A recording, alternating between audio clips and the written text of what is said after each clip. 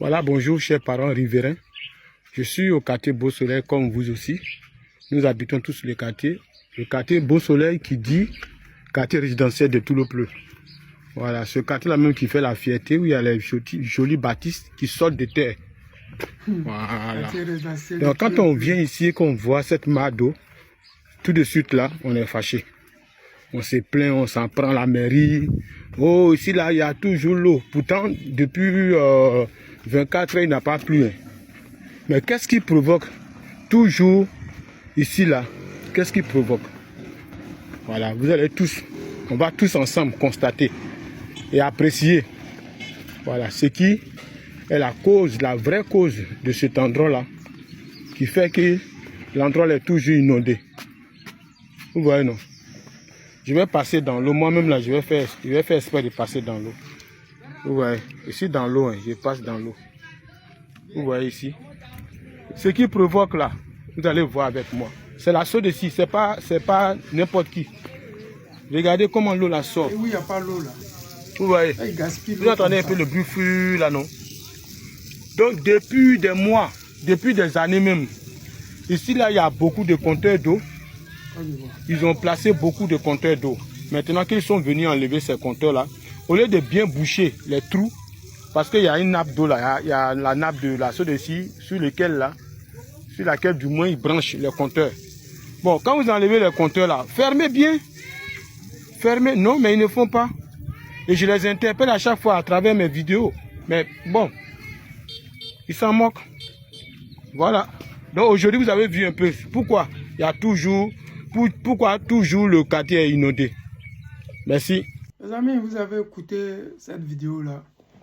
Depuis Toulopleu, nos parents, vraiment, la Côte d'Ivoire, les gens, je ne sais pas, tout n'est pas forcément Ouattara. Ouattara peut fermer ses yeux sur certaines choses. Mais il y a des trucs qui je ne sais pas, ce n'est même pas du ressort du président de la République. Ce sont des choses simples qu'on peut régler en une journée. Mais je ne sais pas s'il y a une mairie dans Toulopleu là. S'il y a une mairie, est-ce qu'il y a des gens qui habitent dans le quartier là? Ou est-ce que la mairie a un numéro qu'on peut appeler? Parce que si la SODECI ne fait pas son travail, mais je pense que la mairie, elle peut le faire. C'est dommage. Parce que c'est de l'argent qui est en train d'être gaspillé comme ça. Je sais que ceux qui habitent dans le quartier, ils sont riches. Ils ne sentiront pas, si les factures ont augmenté, multipliées par 10, ils ne sentiront pas, ce n'est pas grave. Mais c'est du gaspillage. Parce qu'il y a certaines régions où il n'y a pas de l'eau. Il y a certains endroits comme à Abidjan où on coupe l'eau matin, midi, soir. Donc de grâce, si vous avez cette chance-là, saisissez-la. Maintenant, si vous travaillez à SODECI, à CEI, si vous voyez cette vidéo-là, vraiment partagez pour que les agents de la SODECI, de Toulopleu, s'ils voient ça, qu'ils se rendent compte que c'est du gaspillage. Parce que le monsieur dit depuis des mois, les gens disent, ah, peut-être comme ce n'est pas mon compteur, moi de toute façon je m'en fiche. Mais ce n'est pas ça. Ce n'est pas pour ça qu'on se bat. Le pays là, si c'était dans, on s'en fout là. On n'allait même pas mettre nos caméras ici pour décrire quoi que ce soit. Jamais. On n'allait même pas parler de quoi que ce soit. Mais quand tu penses que le pays a tellement besoin, quand tu penses que le pays peut tellement faire mieux, quand tu vois les richesses que nous avons, et tu vois les dirigeants qui dirigent le pays là, la merde, la honte qu'ils nous mettent, tu es obligé de sortir et de parler. Que tu le veuilles ou pas. Quand tu vois tes petits frères qui ne vont pas à l'école, tes petits soeurs qui sont payés les normes pour se mettre bien, quand tu vois des enfants ivoiriens qui dorment dans les rues parce que simplement ils n'ont pas où dormir. Aujourd'hui, j'ai vu une photo où ils ont déjà 2 enfants. Parce qu'ils ont allé voler le téléphone. On les a déjà 2 enfants. Ils n'ont même pas 15 ans. Mais au lieu qu'ils soient à l'école, ils sont en train de voler. Mais pourquoi ils volent? Parce que le gouvernement a échoué. Je ne dis pas que dans les pays riches, on ne vole pas.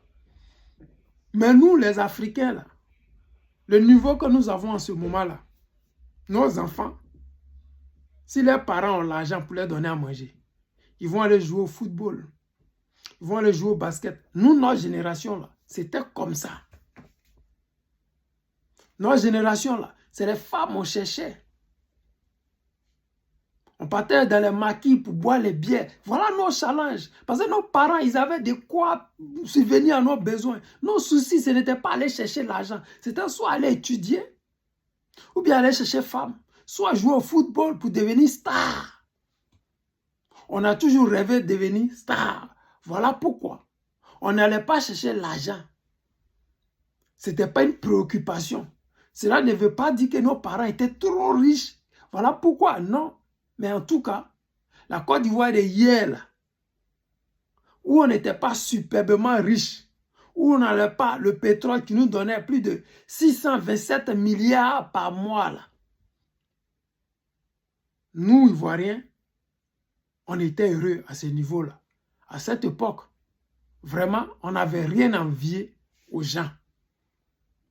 Peut-être les Benguis, mais aujourd'hui, même les Benguis, ils connaissent. Benguis, là, nous, notre génération, là, les Benguis, ce qu'ils prenaient pour nous inquiéter, là, c'était les grosses voitures qui venaient avec. C'est les grosses voitures, là. Quand ils passaient, on dit le Benguis est arrivé. Sinon, si c'est coton, là, vêtements, nous-mêmes, là, vêtements, on avait ça au pays. Nous-mêmes, on sait s'habiller. Chaussures de valeur, on sait porter. Montre de valeur, on va porter. La différence que les Benguis avaient sur nous, là, soit c'était les teints qui étaient patard, soit c'était les gros cylindrés que nous-mêmes, là, tu vas mettre 100 millions dans la voiture, non, on n'est pas prêt. C'est là qu'on était bloqué. Mais regardez aujourd'hui ce qui se passe. Les gens, ils empoisonnent les gens. C'est ce qui est malchance, ça. Avant, on pouvait avoir des amis. Tu partais boire, ta boisson restait. Vous étiez des amis. Quand tu dis que quelqu'un était ton ami, c'était ton ami.